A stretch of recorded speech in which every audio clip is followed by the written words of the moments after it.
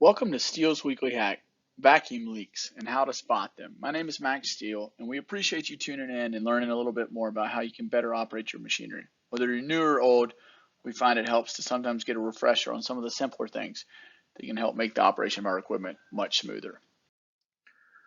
As always, you can find our weekly hacks at jcsteele.com/weeklyhack. You can also, if you see anything that you like or you want more information, send an email to parts@jcsteele.com. And give us a follow on our LinkedIn page and find out what's going on both with Steele as well as within the group.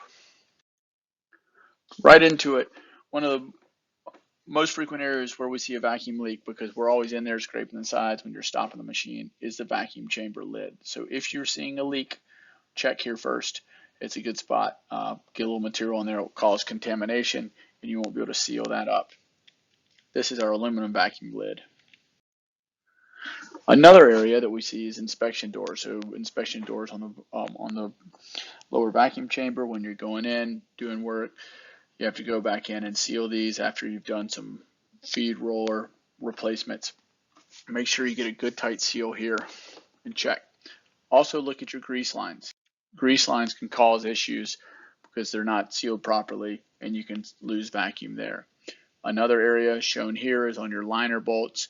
So as you can see, the through bolts come all the way through the vacuum chamber, or through the barrel, excuse me, and you can have a vacuum leak through these bolts themselves. Here's another picture of the lower vacuum chamber. If you're running a machine of ours, you can have where you have liners installed. If you don't maintain a good seal through that bolt, vacuum will chase the gap and pull through there, creating issues. One area that we see a lot of vacuum leaks is when the cat seal fails on your machine, and then you're not, because you're not creasing properly, you'll start to suck vacuum through the thrust pot itself. And one good way to know that is if you're having to refill your thrust pot more frequently than recommended.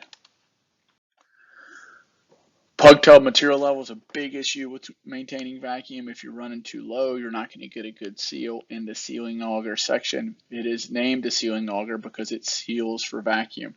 So if you're not running your plug tub the right level, and we have a weekly hack on that, you're going to have vacuum issues. This is a tricky area where you have a vacuum leak. When you're replacing your shredder, you want to install it 180 degrees to the crack that's on your sealing core. That's going to prevent vacuum running along that crack from the sealing core all the way through the shredder. You also want to install fresh packing every time you install a new shredder. So we talked about your plug tub levels and how when you run it too low, you're going to have issues with sealing vacuum through the sealing auger section.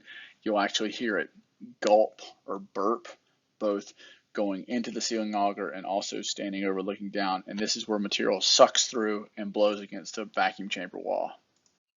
So if you have issues with your material level and your plug sealer, and then you're sucking material through, ultimately that's going to get sucked against the wall and it's going to get sucked up in your vacuum lines. And over time, those are going to clog up and cover over and cause you to have less pull in your vacuum chamber. So if you've been to any of our extrusion seminars, you've heard us talk about maintaining your filter canisters. We have drawings to show bypasses where you can have 2 filters in line, or you can have 4 filters where 2 are operating and the other 2 are idle. But make sure you're cleaning these every day, knocking them out, getting material out so that you're pulling through. Same thing goes with your dust collection box and the pipe coupling. Anytime you're in there and you're changing something, you need to make sure that those seal back up tight.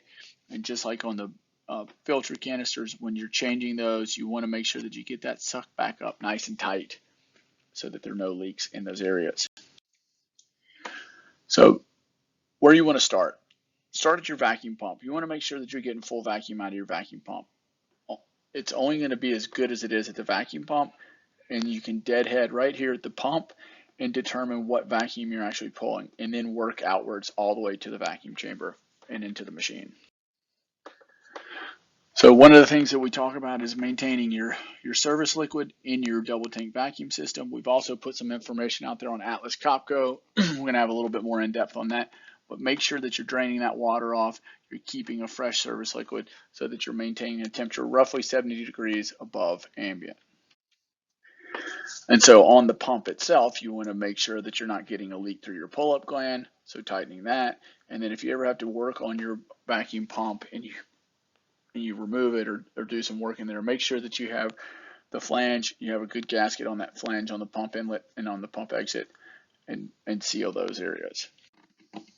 And we talk time and time again about maintaining your service filters, making sure that you're changing those on a as recommended basis.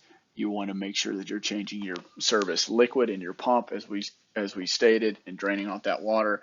And then you want to have a good gauge. We have both a digital gauge and the analog gauge, so let us know what you need. So how do you check?